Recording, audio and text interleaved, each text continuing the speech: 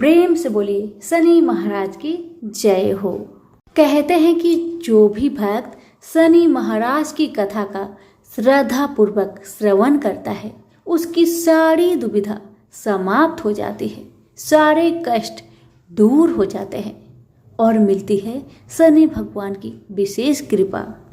सनातन धर्म में 9 ग्रहों में न्यायाधीश की भूमिका निभाने वाले शनिदेव पर बहुत सारे वृत्तांत पाए जाते हैं, परंतु शनिदेव के गुरु भगवान शिव जी के द्वारा ही शनिदेव को 9 ग्रहों का स्वामी होने का भी आशीर्वाद प्राप्त है।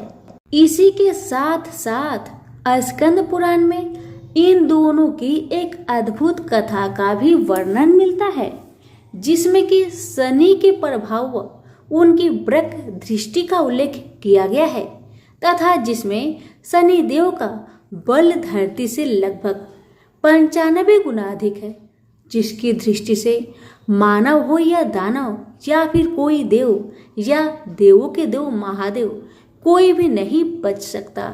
ऐसा माना जाता है कि 9 ग्रहों में सबसे धीमी गति से चलने वाले शनि न्यायप्रिय देव है। यह केवल उन्हीं को परेशान करते हैं जिनके कर्म बुरे होते हैं। अब सुनिए कथा। एक पौराणिक कथा के अनुसार एक बार शनिदेव भगवान शिव जी के पास कैलाश पर्वत पर पहुंचे।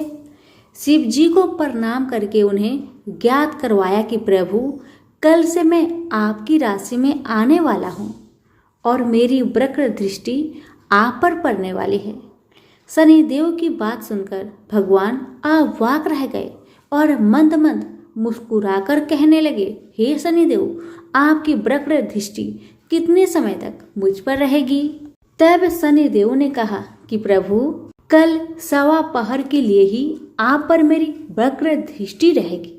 यह सुनकर भगवान भोलेनाथ शनिदेव की वक्र दृष्टि से बचने का उपाय सोचने में लग गए और अगले ही दिन वे धरती लोक पर पधारे और एक हाथी का रूप धारण कर लिया ताकि शनिदेव की वक्र दृष्टि से बचा जा सके।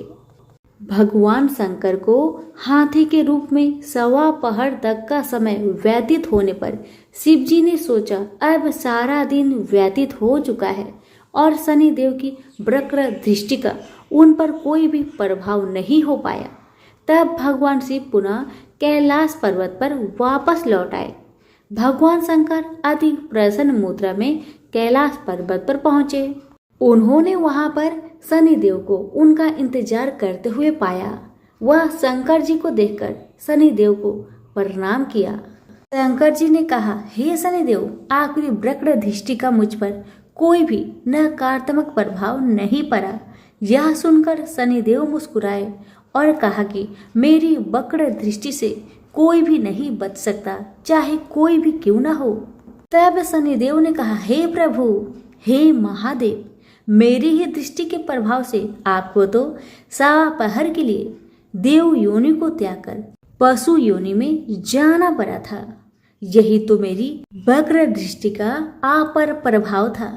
शनिदेव की न्याय प्रियता को देखकर भगवान शिव जी अति प्रसन्न हुए। वह शनिदेव को सूर्य से भी ज्यादा प्रतापी होने का वरदान दे दिया। सभी प्रेम से बोलिए शनि महाराज की जय हो।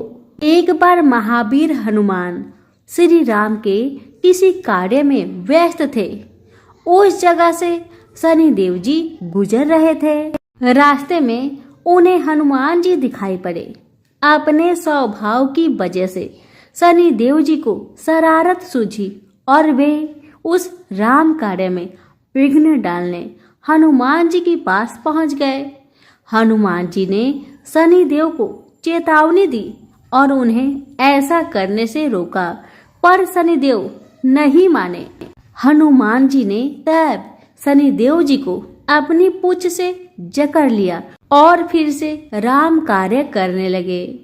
कार्य के दौरान वे इधर उधर चहलकदमी भी कर रहे थे, अतः शनिदेव जी को बहुत सारी चोट आई। शनिदेव ने बहुत प्रयास किए पर हनुमान जी की कैद से खुद को छुड़ा नहीं पाए।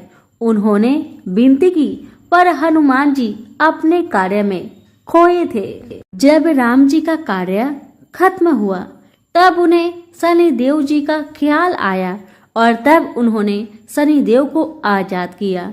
शनिदेव जी को अपनी भूल का एहसास हुआ और उन्होंने हनुमान जी से माफी मांगी कि वे कभी भी राम और हनुमान जी के कार्य में कोई विघ्न नहीं डालेंगे और श्री राम और हनुमान जी के भक्तों को उनका विशेष आशीष प्राप्त होगा।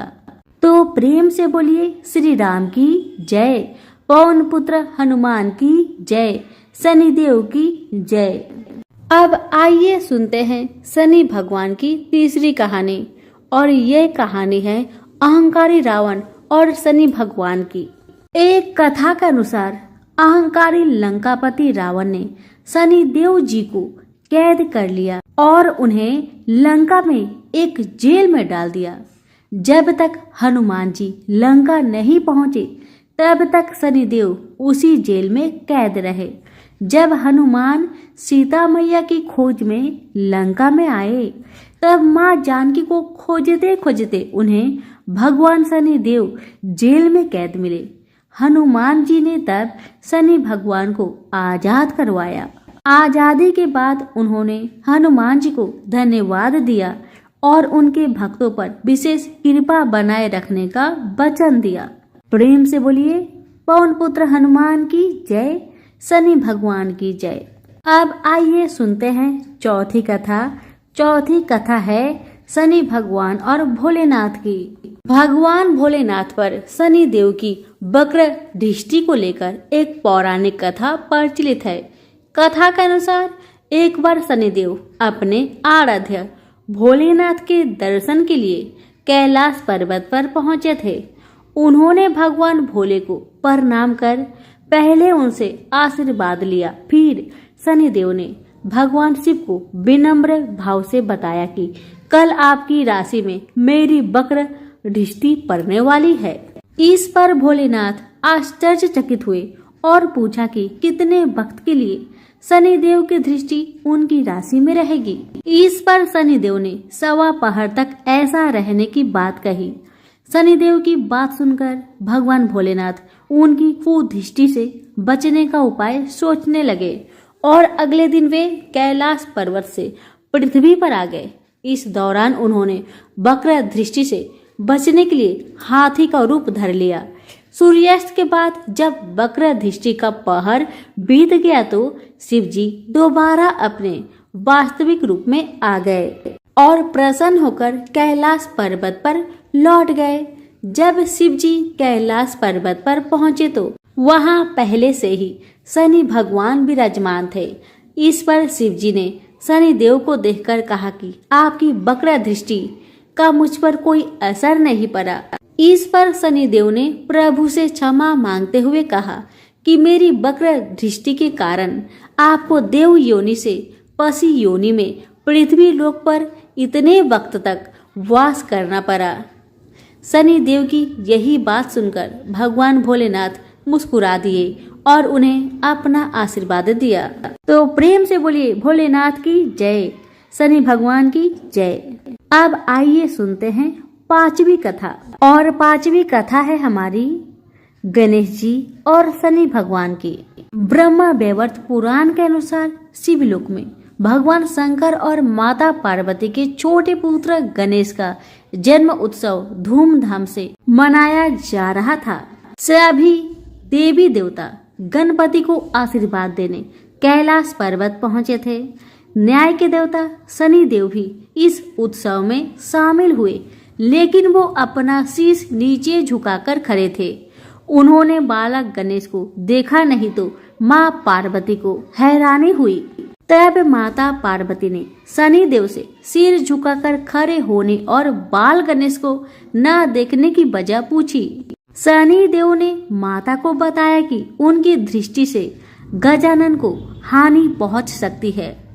माँ पार्वती के आग्रह पर शनि देव गणपति को देखने पर मजबूर हो गए।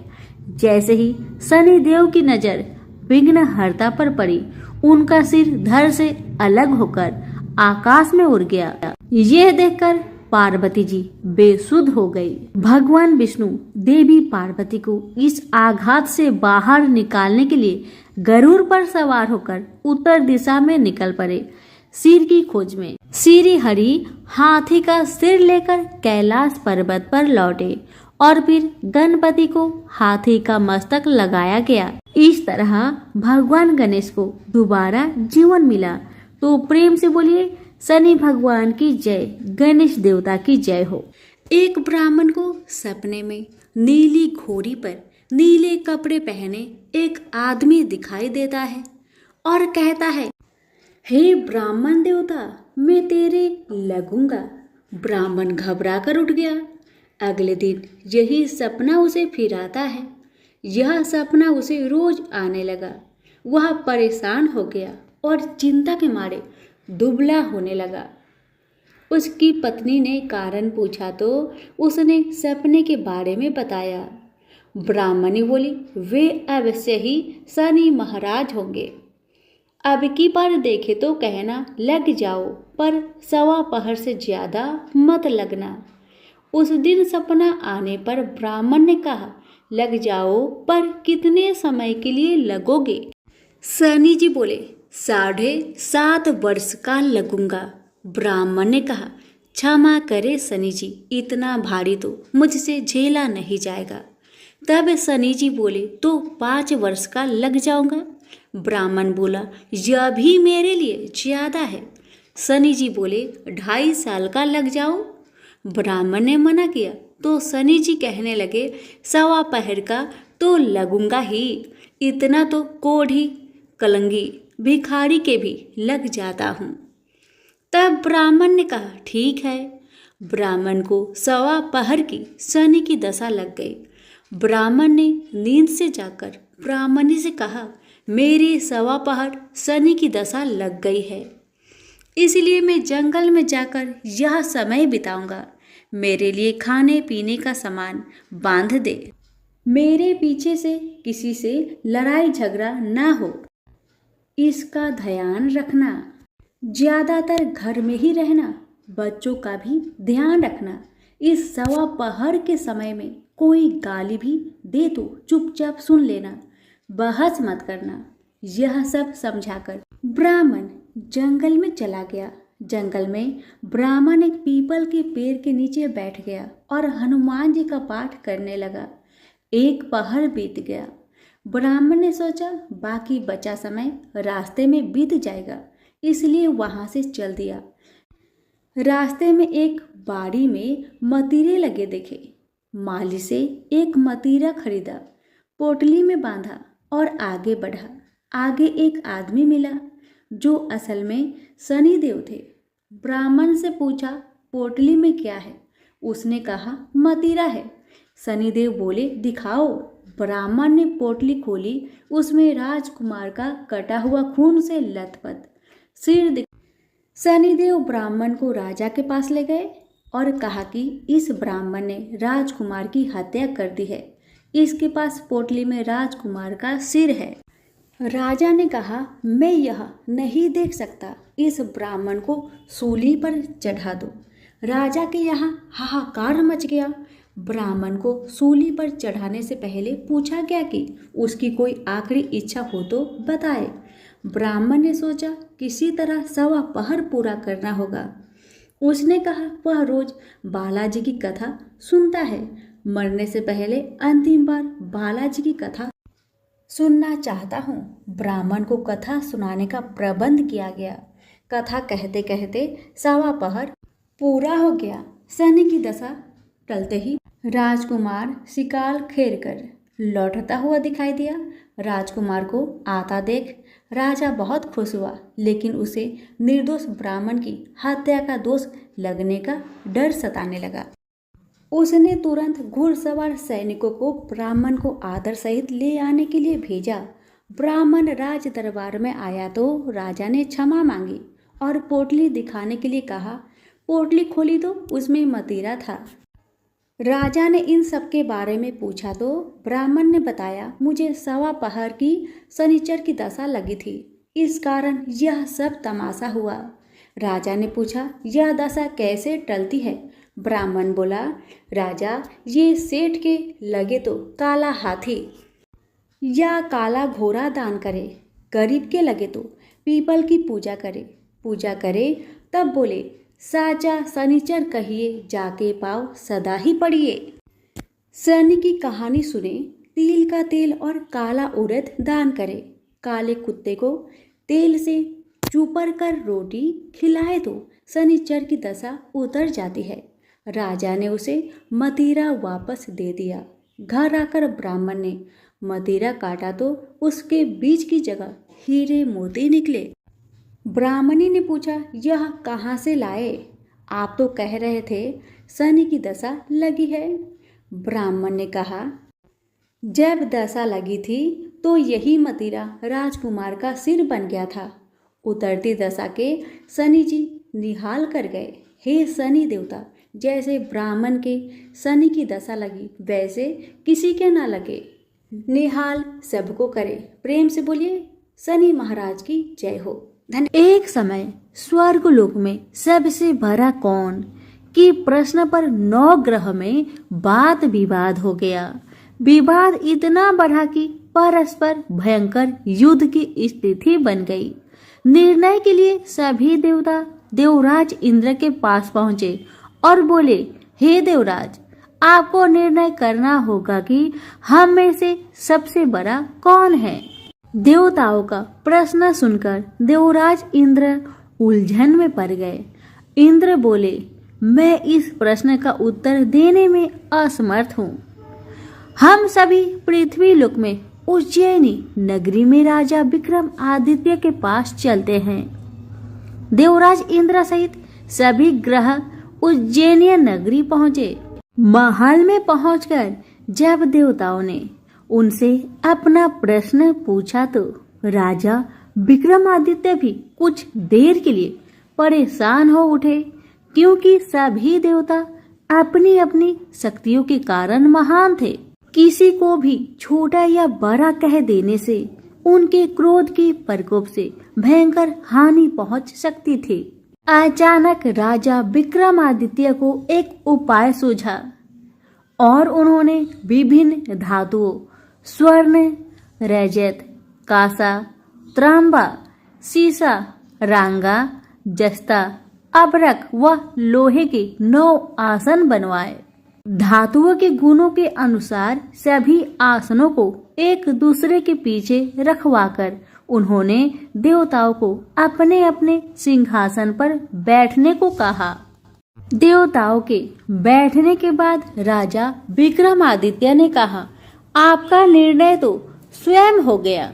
जो सबसे पहले सिंहासन पर विराजमान है वही सबसे बड़ा है। राजा विक्रमादित्य के निर्णय को सुनकर शनि देवता ने सबसे पीछे आसन पर बैठने के कारण अपने को छोटा जानकर क्रोधित होकर कहा, राजा विक्रमादित्य, तुमने मुझे सबसे पीछे बैठाकर मेरा अपमान किया है। तुम मेरी शक्तियां से परिचित नहीं हो। मैं तुम्हारा सर्वनाश कर दूंगा।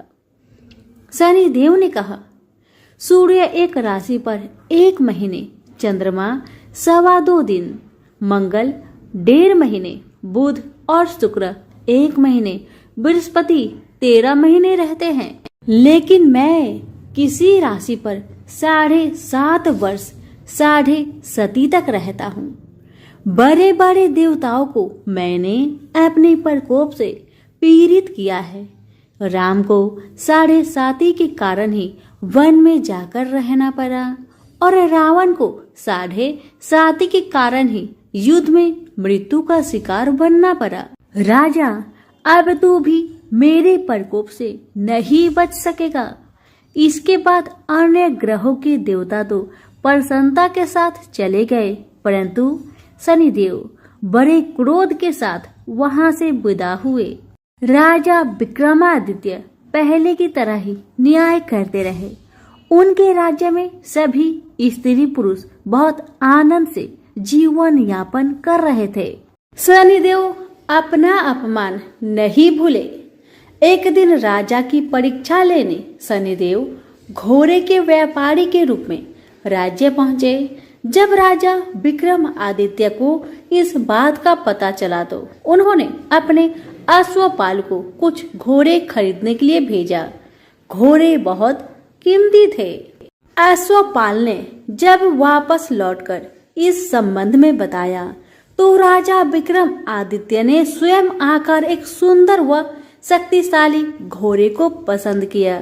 घोड़े की चाल देखने के लिए राजा उस घोड़े पर सवार हुए तो वह घोड़ा बिजली की गति से दौड़ पड़ा। तेजी से दौड़ता घोड़ा राजा को दूर एक जंगल में ले गया और फिर राजा को वहां गिराकर जंगल में कहीं गायब हो गया। राजा अपने नगर को लौटने के लिए जंगल में भटकने लगा, लेकिन उन्हें लौटने का कोई रास्ता नहीं मिला। राजा को भूख प्यास लगाई। बहुत घूमने पर उसे एक चारवाहा मिला। राजा ने उससे पानी मांगा। पानी पीकर राजा ने उस चारवाहे को अपनी अंगूठी दे दी। फिर उससे रास्ता पूछकर वह जंगल से निकलकर पास के नगर में पहुंचा। राजा ने एक सेठ की दुकान पर बैठकर कुछ देर आराम किया। उस सेठ ने राजा से बातचीत की तो राजा ने उसे बताया कि मैं उज्जैनी नगरी से आया हूँ। राजा के कुछ देर दुकान पर बैठने से सेठ जी की बहुत बिक्री हुई। सेठ ने राजा को बहुत भाग्यवान समझा और खुश होकर उसे अपने घर भोजन के लिए ले गया। सेठ के घर में सोने का एक हार खूंटी पर लटका हुआ था। राजा को उस कमरे में छोड़कर सेठ कुछ देर के लिए बाहर गया। तभी एक आश्चर्यजनक घटना घटी। राजा के देखते देखते सोने की उस हार को खूंटी निगल गई। सेठ ने कमरे में लौटकर हार को गायब देखा तो चोरी का संदेह राजा पर ही किया, क्योंकि उस कमरे में राजा ही अकेला बैठा था। सेठ ने अपने नौकरों से कहा कि इस परदेसी को रस्सियों से बांधकर नगर के राजा के पास ले चलो। राजा ने विक्रमादित्य से हार के बारे में पूछा तो उसने बताया कि उसके देखते ही देखते खूंटी ने हार को निगल लिया था। इस पर राजा ने क्रोधित होकर चोरी करने के अपराध में विक्रमादित्य के हाथ पांव काटने का आदेश दे दिया। राजा विक्रमादित्य के हाथ पांव काटकर उसे नगर की सड़क पर छोड़ दिया गया। कुछ दिन बाद एक तेली उसे उठाकर अपने घर ले गया और उसे अपने कोल्हू पर बैठा दिया। राजा आवाज देकर बैलों को हाँकता रहता। इस तरह तेली का बैल चलता रहा और राजा को भोजन मिलता रहा। शनि के प्रकोप की 7.5 पूरी होने पर वर्षा ऋतु प्रारंभ हुई। राजा विक्रमादित्य एक रात मेघ मल्हार गा रहा था कि तभी नगर के राजा की लड़की राजकुमारी मोहिनी रथ पर सवार उस तेली के घर के पास से गुजरी। उसने मेघ मल्हार सुना तो उसे बहुत अच्छा लगा और दासी को भेजकर गाने वाले को बुला लाने को कहा। दासी ने लौटकर राजकुमारी को अपंग राजा के बारे में सब कुछ बता दिया। राजकुमारी उसके मेघ मल्हार से बहुत मोहित हुई, अतः उसने सब कुछ जानकर भी अपंग राजा से विवाह करने का निश्चय कर लिया। राजकुमारी ने अपने माता पिता से जब यह बात कही तो वे हैरान रह गए। रानी ने मोहिनी को समझाया, बेटी तेरे भाग्य में तो किसी राजा की रानी होना लिखा है, फिर तू उस अपंग से विवाह करके अपने पांव पर कुल्हाड़ी क्यों मार रही हो। राजकुमारी ने अपनी जिद नहीं छोड़ी। अपनी जिद पूरी कराने के लिए उसने भोजन करना छोड़ दिया और प्राण त्याग देने का निश्चय कर लिया।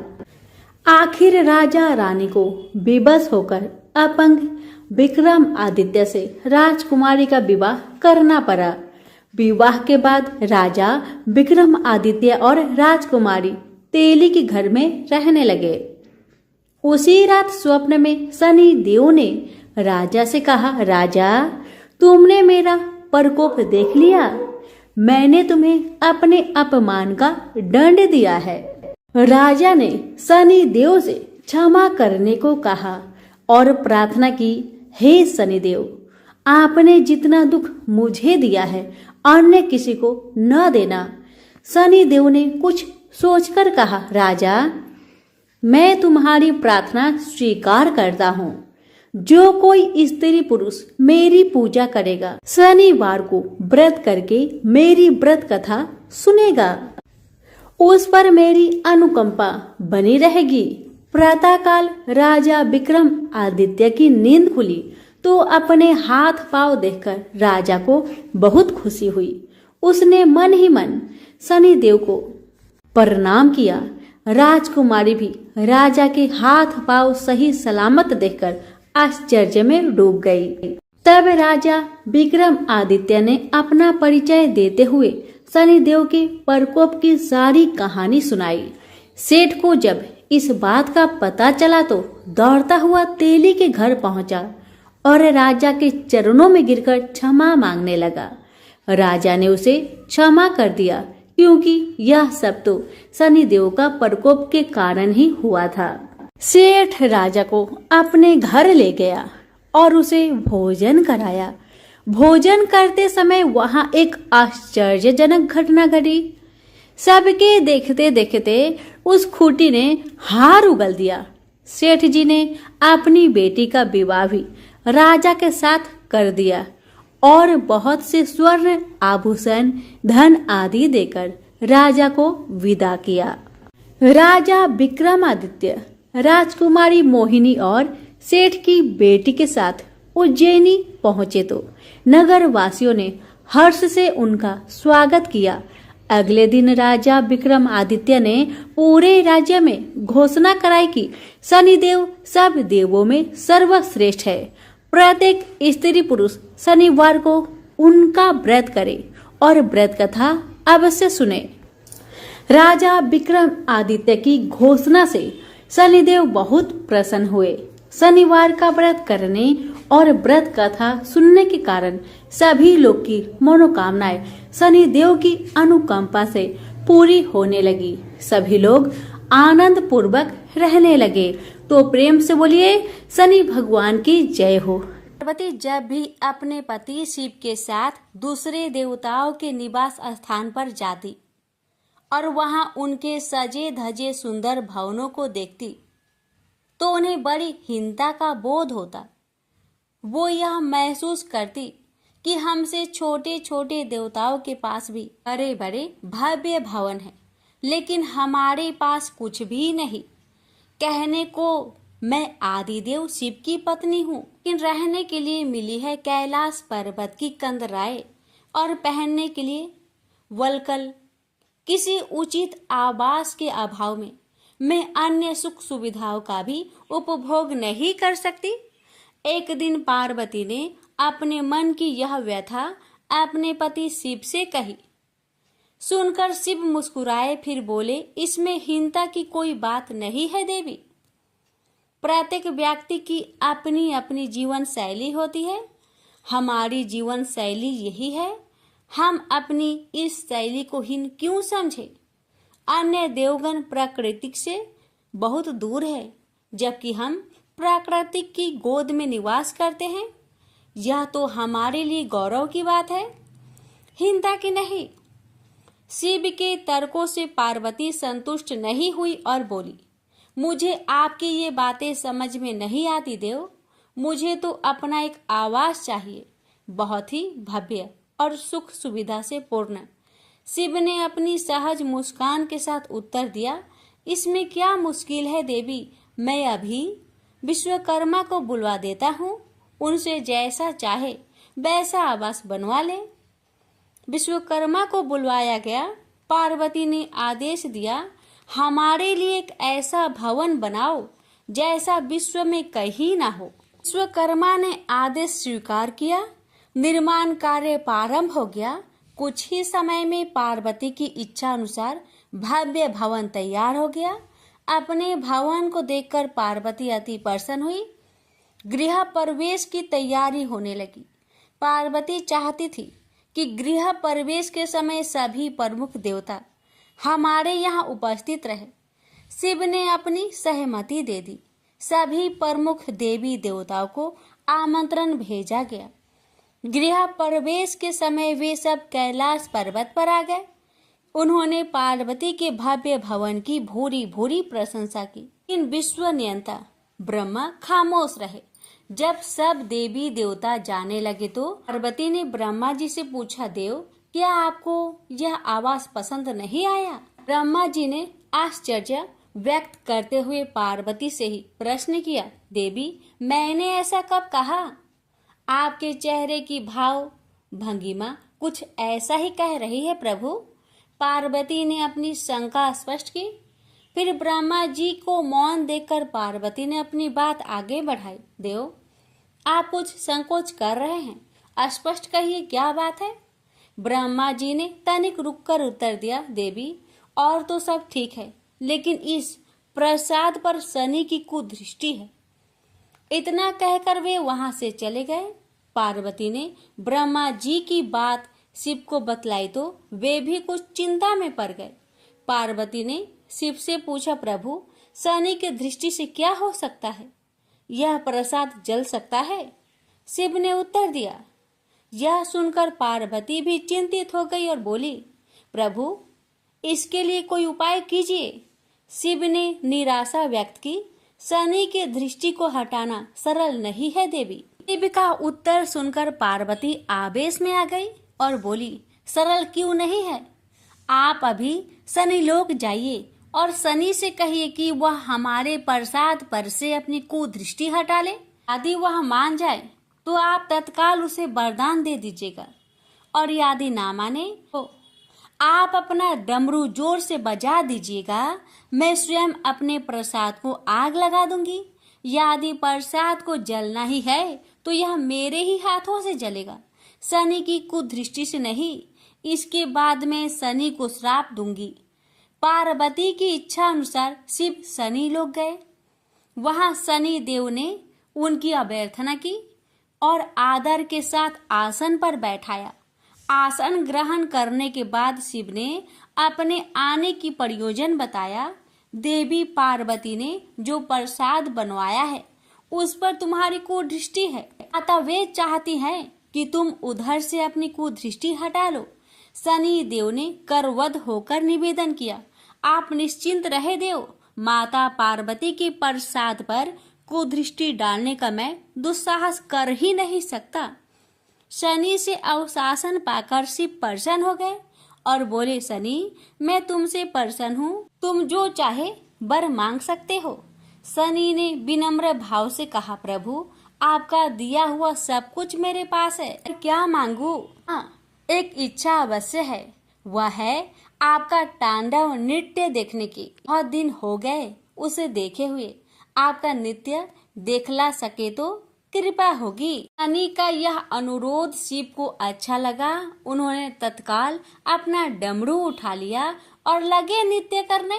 भोले भंडारी ये भी भूल गए कि माता पार्वती ने डमरू की आवाज सुनकर अपने नवनिर्मित प्रसाद को जला देने की बात कही थी। बस डमरू बजा बजा कर वे नृत्य करते रहे। उधर पार्वती ने जब कैलाश पर डमरू की ध्वनि सुनी तो उन्होंने सोचा कि शनि ने अपनी कुदृष्टि हटाना अस्वीकार कर दिया है, अतः वे बहुत दुखी हुई। उन्हें लगा कि यदि मैं तत्काल अपने नवनिर्मित आवास को आग लगा दूंगी तो वह शनि की कुदृष्टि से बच जाएगा। अतः उन्होंने स्वयं ही अपने प्रसाद में आग लगा दी। वह धू धू करके जल उठा। प्रसाद को जलता देख पार्वती का शनि पर क्रोध धीरे धीरे बढ़ने लगा और वे उसे श्राप देने के लिए तैयार हो गई। लेकिन उसी समय भगवान शिव वहां पहुंच गए। उन्होंने वहां प्रसाद को जलते देखा तो वे आश्चर्यचकित रह गए।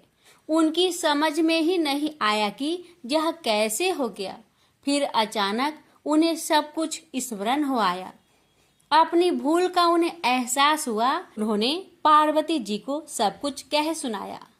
सच्चाई जानकर पार्वती को भी अपनी जल्दबाजी पर दुख हुआ। अब शनि को श्राप देने का कोई अर्थ नहीं था। प्रत्यक्षतः उसका कहीं कोई अपराध नहीं था। फिर भी पार्वती और शिव को यह लग रहा था कि यह सब हुआ शनि की कुदृष्टि से ही। लेकिन इस स्थिति को देखते हुए वे उसे दोषी नहीं ठहरा सकते थे। प्रेम से बोलिए हर हर महादेव, शनि महाराज की जय हो। जय जय श्री शनिदेव भक्तन हितकारी, सूरज के पुत्र प्रभु छाया महातारी। सूरज के पुत्र प्रभु छाया महातारी। जय जय श्री शनिदेव, जय जय श्री शनिदेव। श्याम अंक वक्र दृष्टि चतुर्भुजाधारी, नीलांबर धारनाथ गज की असवारी। जय जय जय श्री शनिदेव, जय जय जय श्री शनिदेव। क्रीट मुकुट शीस रजित दीपक है लीलाड़ी, मुक्तन की माला गले शोभित बलिहारी। जय जय श्री शनिदेव, जय जय जय श्री शनिदेव। मोदक मिष्टान पान चढ़त है सुपारी, लोहा तिल तेल उड़द महिषी अति प्यारी। लोहा तिल तेल उड़द महिषी अति प्यारी। जय जय श्री शनिदेव, जय जय श्री शनिदेव। देव तनुज ऋषि मुनि सुमरिन नर नारी, विश्वनाथ धरत ध्यान शरण है तुम्हारी। विश्वनाथ धरत ध्यान शरण है तुम्हारी। जय जय श्री शनिदेव, जय जय श्री शनिदेव। प्रेम से बोलिए शनि भगवान की जय।